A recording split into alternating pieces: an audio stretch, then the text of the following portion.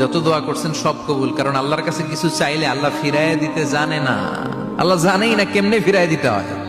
সুবহানাল্লাহ কোন চাওয়া মাত্রই আল্লাহ বলে অ্যাকসেপ্টেড, যা কবুল, দিব দিব না এটা বলতে জানে না, চাওয়া মাত্রই বলে দিব। তিন সিস্টেম। নাম্বার 1, আপনি আল্লাহর কাছে দোয়া করলেন, চাইলেন, আল্লাহ বলে দিব, বলেই তিনি দিয়ে দেন আর আপনি খুশি হয়ে যান, পেয়ে গেলেন।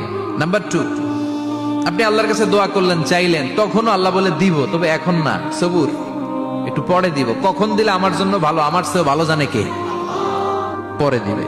নাম্বার 3, চাইলেন, দোয়া করলেন, আল্লাহ তখনও বলে দেব, তবে এখনো না, পরেও না, কিয়ামতের দিন যেদিন বিপদে পড়বে ওই দিন দেব। যেদিন তোর বাবা তোরে চিনবে না, তোর মা তোরে চিনবে না, বন্ধু বন্ধুরে চিনবে না, পীর সাহেব মুরিদরে চিনবে না, মুরিদ পীর সাহেবরে চিনবে না, ইমাম সাহেব মুসল্লিরে চিনবে না, মুসল্লি ইমাম সাহেবরে চিনবে না।